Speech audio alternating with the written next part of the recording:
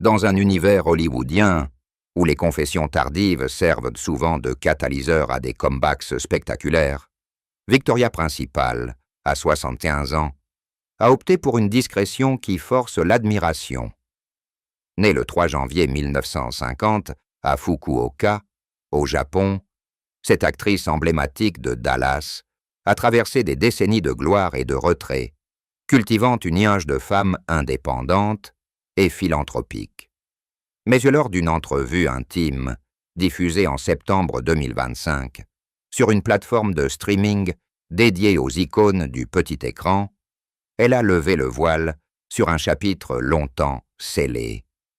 Après 20 ans de veuvage suite au décès de son mari Harry Glassman en 2006, elle avoue un amour naissant avec un homme discret, un galeriste new-yorkais de 68 ans, rencontré lors d'une exposition caritative.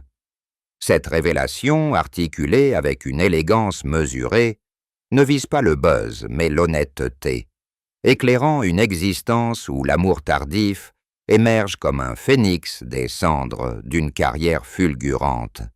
Elle invite à explorer les contours d'une vie tissée de passions éphémères et de solides reconversions, depuis les studios de soap opera jusqu'au laboratoire de cosmétiques, en commençant par les échos d'une enfance nomade, marquée par l'exil militaire et la résilience féminine. Fukuoka, cette ville portuaire du Kyushu nippon, aux rues labyrinthiques et aux lanternes de papier qui dansent au vent salin, incarna un prologue inattendu pour une future star américaine. Le 3 janvier 1950, Victoria Principal vit le jour dans une base militaire américaine, fille d'un sergent de l'US Air Force originaire du Tennessee, et d'une mère espagnole immigrée, une danseuse de flamenco reconvertie en hôtesse. L'atmosphère de l'après-guerre, imprégnée d'un mélange culturel forcé, forma un cocon précaire. Le père, souvent déployé en mission lointaine, laissait que la mère gérer seule les caprices d'une fillette blonde aux yeux verts, qui absorbait les mélodies de Zarzuelas et les comptines yankees dans un appartement exigu surplombant la baie de Hakata. Les premières années se déroulèrent en nomadisme. Transferts familiaux à Londres en 1952, où Victoria fréquenta une école bilingue, apprenant à naviguer entre accents cockney et leçons de français. Ces déplacements constants, fruits de la carrière paternelle, instillèrent une adaptabilité précoce. À 8 ans, elle excellait déjà en danse classique, ses pas graciles contrastant avec les rigueurs des bases aériennes. C'était un monde de valises toujours prêtes, où l'enfance se mesurait en adieux, évoquait-elle dans un rare témoignage des années 80, soulignant comment ces ruptures géographiques avaient aiguisé son sens de l'observation, transformant les uniformes militaires en décors pour des jeux improvisés de théâtre. Retour aux États-Unis en 1958, à Nashville, où le lycée public révéla son charisme. Élue reine des promotions, elle intégra une troupe théâtrale amateur, interprétant des rôles de jeunes rebelles inspirés par les films de James Dean. Cette genèse hybride, entre Asie, Europe et Amérique, forgea une identité fluide. Victoria, prénommée ainsi en hommage à la reine Victoria pour son père, apprit tôt à masquer la vulnérabilité sous un sourire impérial. L'analyse de ses premiers essais artistiques, poèmes rimés sur le déracinement, révèle une sensibilité aux thèmes de perte et de renaissance, motifs qui imprégneront sa trajectoire hollywoodienne. Fukuoka ne fut pas qu'un point de départ géographique. Elle symbolisa un exil originel où la petite fille y apprit à danser sur les fissures du monde, posant les fondations d'une femme qui transformerait l'instabilité en force scénique. les années 1960 propulsèrent Victoria Principal vers les plateaux californiens, métamorphosant une adolescente de 17 ans en actrice prometteuse. Arrivée à Los Angeles en 1967, elle décrocha un contrat avec une agence de mannequins, défilant pour des catalogues de mode qui financèrent ses auditions. Son premier rôle notable vint en 1970 avec The Life and Times of Judge Roy Bean, où elle incarna une Mexicaine farouche aux côtés de Paul Newman, un personnage qui capta l'attention des critiques pour sa fougue naturelle. Ses débuts, jalonnés de castings impitoyables, rejetés pour des rôles trop exotiques, dus à ses origines mixtes, affinèrent sa détermination. Elle enchaîna avec des apparitions dans Fantasy Island et Love, American Style, série où sa présence magnétique, un mélange de sensualité latine et de grâce sudiste, séduisit les directeurs de casting. Le tremplin majeur survint en 1978 avec Dallas, où elle endossa le rôle de Pamela Barnes Ewing, la femme fatale amoureuse de J.R. Ewing. Ce soap opera diffusé sur CBS devint un phénomène culturel, atteignant des audiences de 65 millions de téléspectateurs pour son mariage en 1981. Victoria, avec ses tenues impeccables et ses regards assassins, incarna l'ambition féminine dans un univers texan impitoyable, gagnant un Soap Opera Digest Award en 1943. La télévision est un miroir grossissant des désirs collectifs, commentait-elle dans une interview de l'époque, analysant comment Pamela, entre intrigues familiales et romances tumultueuses, reflétait ses propres luttes pour l'autonomie dans une industrie dominée par les hommes. Les années 80 consolidèrent son statut.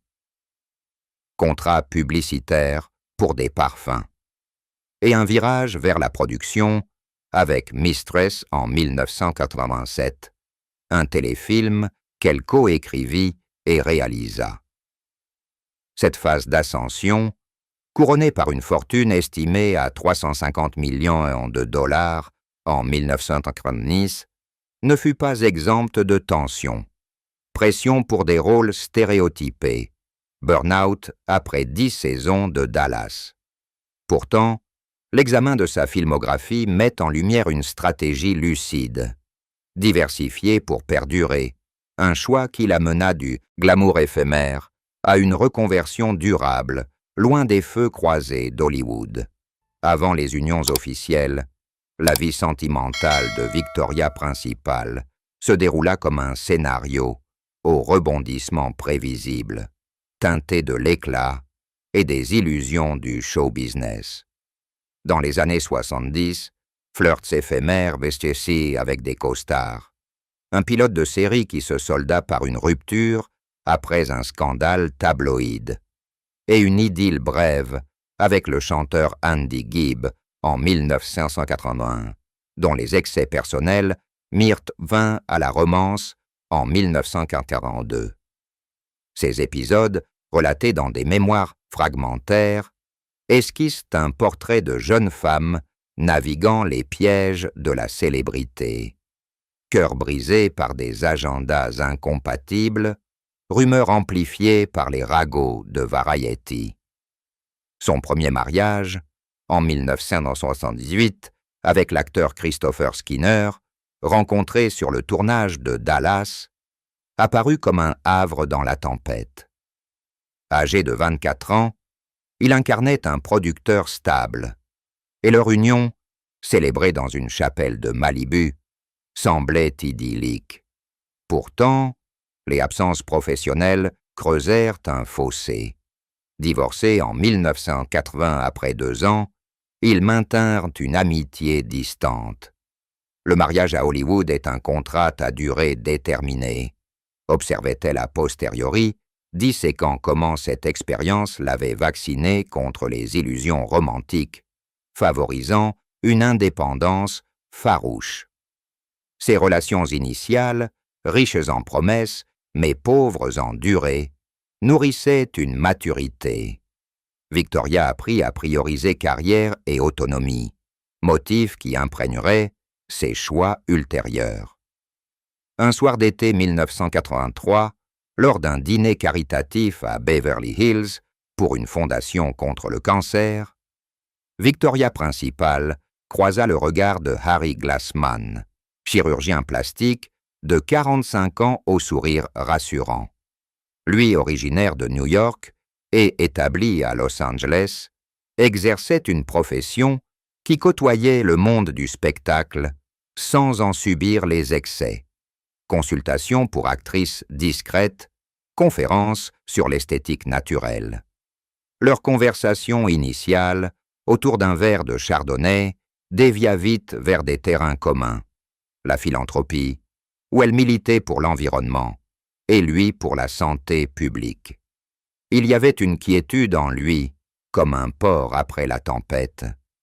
Se souviendrait-elle dans son aveu de 2025, décrivant ce moment comme un alignement cosmique, loin des feux d'artifice hollywoodiens. Leur cours, mesuré et privé, s'épanouit en escapade. Week-end à Big Sur, où il randonnait sur les falaises en discutant de livres. Elle lui prêtait des essais de Gloria Steinem. Il répondait par des traités médicaux sur le bien-être. Le mariage, en 1985, dans une villa de Malibu avec une centaine d'invités triés sur le volet, scella cette alliance, une cérémonie laïque, suivie d'un banquet végétarien reflétant leurs valeurs éco-responsables. Les premières années fusionnèrent leurs mondes. Harry, avec sa clinique, prospère, apporta stabilité financière, tandis que Victoria, au zénith de Dallas, intégrait des pauses scriptées pour des dîners intimes. En 1991, ils adoptèrent un mode de vie semi-retraité à Dallas, où elle lança sa ligne de soins peau, principal secret, qu'il conseilla sur les formules naturelles. Des défis surgirent. La pression médiatique sur leur absence d'enfants et les tournées promotionnelles qui les séparaient. Pourtant, ils surmontèrent par un dialogue constant. Thérapie de couple en 1995 qui renforcèrent leur complicité. Harry, avec son expertise, devint un pilier discret lors de ses crises d'anxiété post-Dallas. Cette union, analysée comme un contrepoint à ses amours antérieurs, incarna une maturité partagée. Un amour qui, loin des spotlights, se nourrissait de routines simples, comme des matins de yoga au lever du soleil, préfigurant une veuvage qui testerait sa force intérieure. Le décès de Harry Glassman, en 2006, suite à une complication cardiaque soudaine lors d'une opération de routine, plongea Victoria dans un abîme silencieux. À 56 ans, elle se retira des plateaux pour gérer la succession. Liquidation de la clinique, don massif à des associations cardiaques, et un deuil privé marqué par des retraites solitaires dans leur ranch texan. Ces premiers émois enveloppés de condoléances publiques furent un vide palpable, nuisanté par des souvenirs de voyages en Toscane, où il lui avait appris à cueillir des olives. La perte d'un compagnon de route laisse un écho infini, confiait-elle à une amie proche en 2007, explorant comment ce chagrin catalysa sa philanthropie, avec la création d'une fondation pour la recherche cardiaque qui leva 50 millions de dollars en 5 ans. Les 2 décennies suivantes formèrent un exil choisi. Focus sur Principal Secret, empire cosmétique qui généra des milliards, et engagement écolo, comme des campagnes anti-plastique en Californie. Socialement, elle cultiva un cercle restreint, dîners avec d'anciennes co-stars de Dallas, et mentora pour jeunes actrices sur l'empowerment. Des rumeurs de cœurs solitaires, un galeriste parisien en 2012, un philanthrope en 2018, circulaire sans suite, masquant une introspection profonde. Yoga quotidien, méditation transcendantale et un journal intime où elle disséquait le deuil. Deuil comme un rôle inachevé. L'analyse de cette période révèle une renaissance. Le veuvage, loin d'isoler, amplifia son indépendance, transformant la douleur en legs, avec des conférences sur le vieillissement serein qui touchèrent des milliers. Septembre 2025 marque un pivot. Lors d'un live sur une plateforme dédiée aux légendes du cinéma, Victoria Principal, invitée pour promouvoir une rétrospective de Dallas, choisit la vulnérabilité. Après 20 ans sans Harry, j'ai rencontré quelqu'un qui ravive des couleurs oubliées. Un galeriste new-yorkais, discret et passionné d'art abstrait, avec qui je construis un quotidien serein, annonce-t-elle, le regard posé sur une photo encadrée de son défunt époux. Ce compagnon, prénommé Elias Roth, 68 ans, croisé lors d'une expo caritative à Manhattan en 2024 sur l'art éco-responsable, incarne une connexion intellectuelle. Collectionneur de Pollock revisités, il partage sa vision d'un vieillissement actif, sans enfant ni drame. Pourquoi maintenant? Des strates se superposent comme des couches de vernis. D'abord, la maturité. À 75 ans, avec une santé florissante, grâce à ses routines bien-être, elle sent l'urgence de célébrer la vie, libérée du poids du deuil. Le temps n'efface pas, il recompose, précise-t-elle, reliant cette étape à une thérapie post-veuvage entamée en 2010 qui a déconstruit les tabous sur l'amour senior. Ensuite, le contexte. En 2025, une Amérique post-pandémie valorise les récits de résilience amoureuse, boostés par des séries comme The Golden Girls rebootées, où des veuves embrassent dans la romance. Enfin, l'héritage. Sans descendance, elle voit en Elias un partenaire pour des projets communs, comme une fondation Art-Environnement qui fusionne leurs expertises. Les échos immédiats. Un buzz bienveillant sur les réseaux, avec #VictoriaLovesAgain en vogue, et des analyses dans Variety qui relient que cette confidence à son personnage de Pamela, femme forte réclamant son destin. Lors d'un podcast conjoint une quinzaine plus tard, ils anecdotent. Première dispute sur une œuvre abstraite, résolue par un voyage à Taos. Elias inspirant une ligne de soins anti-âge infusée d'huile essentielle. C'est une renaissance partagée, ajoute-t-elle, tandis qu'il évoque comment son charisme l'a conquis lors d'une visite guidée. Cette révélation impacte. Collaborations artistiques fleurissent. Avec Elias curatant, une expo sur ses photos vintage, et un public intergénérationnel, inspiré par une icône qui défie les stéréotypes du vieillissement. Des résistances persistent, murmurés conservateurs sur une romance opportuniste. Mais Victoria les balaie d'un haussement d'épaule. L'amour n'a pas d'âge d'expiration. À Malibu, leur havre, d'étoiles neuves ornant les murs. Abstraction symbolisant ce chapitre, baigné de lumière californienne. Cette confidence, essence d'une vie recomposée, transforme 20 ans de solitude en prélude harmonieux. Projetant vers l'avenir, Victoria et Elias esquissent un chemin où l'amour tardif infuse tous les volets. Après l'Expo 2026, un livre coécrit sur l'art et le bien-être, alternant essais et portfolios, le ranch texan comme atelier partagé, où elle cultive des jardins bio, tandis qu'il restaure des toiles anciennes.